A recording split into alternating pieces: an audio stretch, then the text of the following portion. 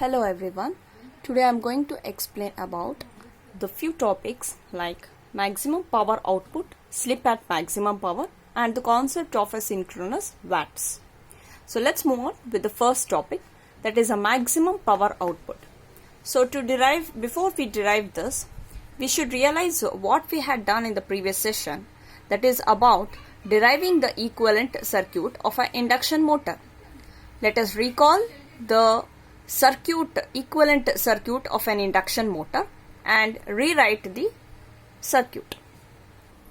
It's consisting of the resistance R1E, X1E in series with the load resistance RL dash. Okay, and this was the supply voltage, primary voltage V1, like this. So this R1E plus X1E corresponds to the impedance Z1E, and into this circuit the current which flows is denoted as I2R dash, that is the secondary rotor current.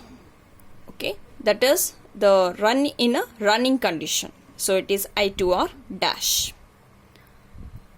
So now in this circuit, the exciting circuit, that is I0, is neglected, right? And the current which is flowing here in the primary circuit, that is I1, is nothing but I2R dash. Now the total impedance Z1E is defined as the combination of the resistances in series. Which all those resistances? R1E plus RL dash, it is in series with the J into X1E, where we can write RL dash is equal to nothing but it is R2 dash times of 1 minus S divided by S. Okay, now the current which flows here is I1 is equal to voltage divided by impedance. Now, right now why we are defining this is because we want a power, the power, output power. So output power will be defined as 3 times of I square R, I1 square into RL. In this case I1 square into RL. So to define that, we should know the value of the current I1. Okay, so that becomes I1 square into RL, right? So here let me write down this current in terms of the resistances.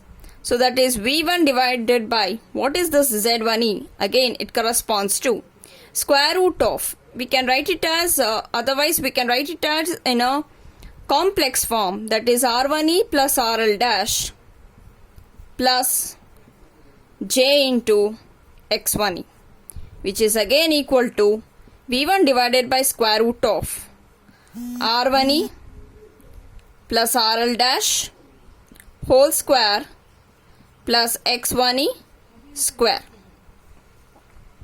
Okay, now let us define the power supply to the load, that is output, P out.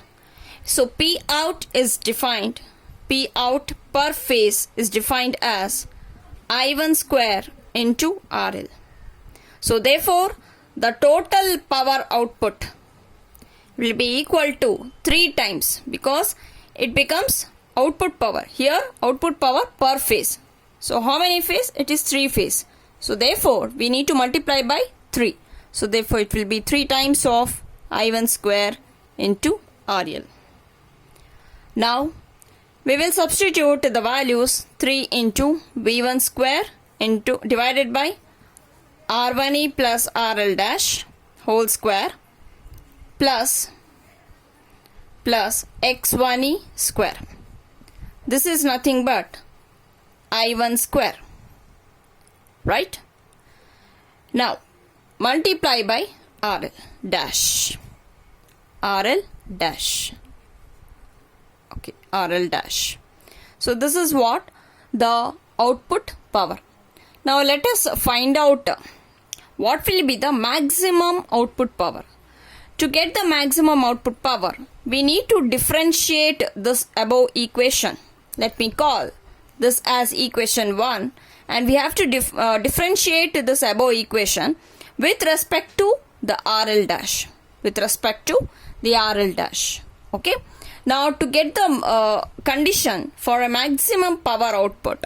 So the condition for a maximum power output, condition for maximum power output is given by differentiation of d P out with respect to RL dash is equal to 0. So now let us differentiate this first equation.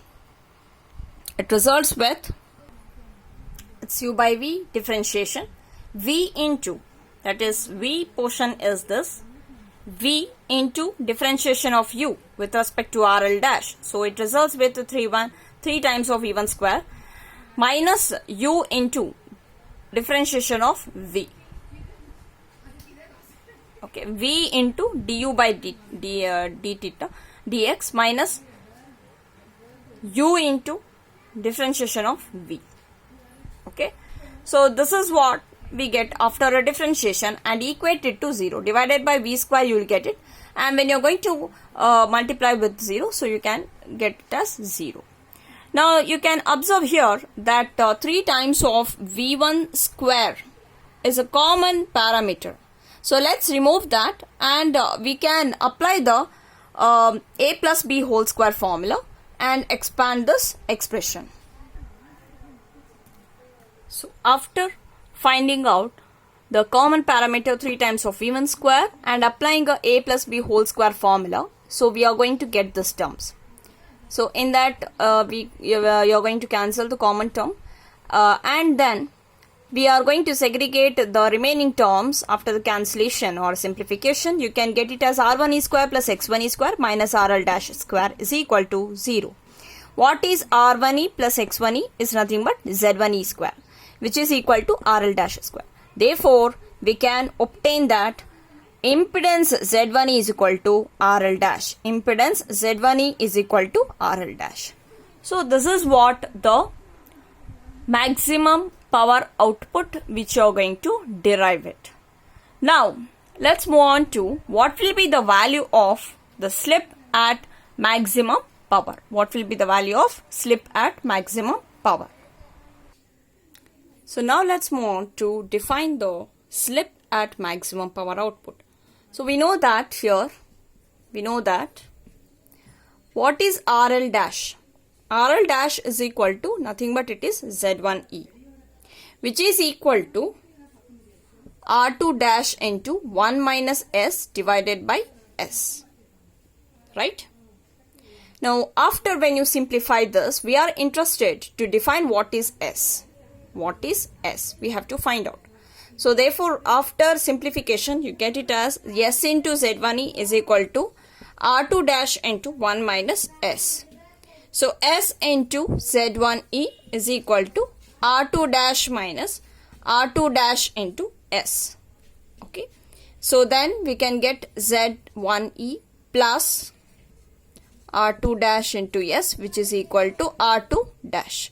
So here S is the common parameter which you can take up. R2 dash is equal to R2 dash. Therefore, we can get the value as slip is equal to R2 dash divided by Z1E plus R2 dash. So this will be the value of the slip of an induction motor at a maximum power.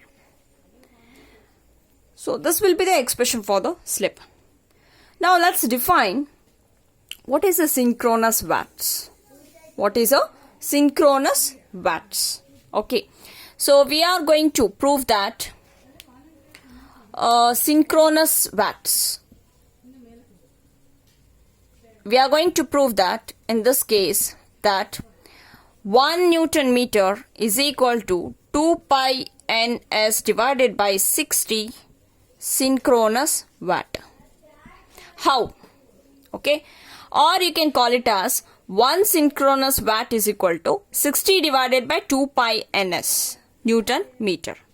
So we have to, since the unit is Newton meter, we have to define, we have to start with defining the torque equation, right? Because the torque will be always expressed in terms of Newton meter. So therefore, the torque produced in an induction motor, when we are going to refer to the equivalent circuit, is given by T is equal to 3 times of I2R square into R2 dash divided by S, okay, whole divided by 2 pi ns divided by 60. This is a concept like P is equal to T omega. P is equal to T omega. What is omega? Omega is a 2 pi n divided by 60. Since here we have to define it in terms of a synchronous, so therefore omega will be defined as 2 pi into ns divided by 60. Okay, so torque value will be equal to power divided by omega. So power is nothing but, again we had defined in the previous case, 3 times of I square into R2 dash divided by S in terms of the slip. So here you can find out this with the help of the power flow diagram, that what is 3 times of I2 square into R2 dash. That is nothing but, since this is also a secondary current, this is a secondary resistance. So it indicates that something with respect to the rotor side. So therefore, this is nothing but I square R loss. So therefore, it is a rotor copper loss.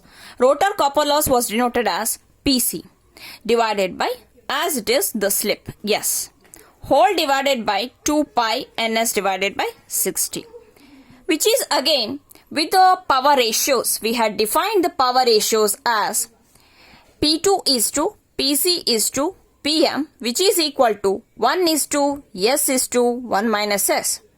So what is the relationship between the P2 divided by PC ratio? Is equal to 1 by S. Then what is a PC divided by S? PC divided by S is nothing but, it is P2. P2 divided by 2 pi ns divided by 60. So from this above expression, what you can recall that is the torque is directly proportional to that of power P2. Torque is directly proportional to the power P2. So by defining a new unit of a torque, which is a synchronous watt, we can write T is equal to P2. So if the torque is given in synchronous watts, hence the value in Newton meter can be obtained as in this way. That is, 1 Newton meter value can be obtained as 2 pi into ns divided by 60 times of synchronous watts. Okay, so from this you can prove that 1 synchronous watt, you can see here, this is expressed in Newton meter, right? So 1 Newton meter value will be equal to 2 pi into ns divided by 60 times of synchronous watts. Okay, after the simplification, you can see that here T is directly proportional to P2, and we can just write down this as 60 divided by 2 pi ns. So from this you can say that this torque is nothing but the unit is in Newton meter. So therefore 1 synchronous watt is equal to 60 divided by 2 pi ns, 60 divided by 2 pi ns Newton meter, or else 1 Newton meter is equal to 2 pi ns divided by 60 times of synchronous watts. Thank you.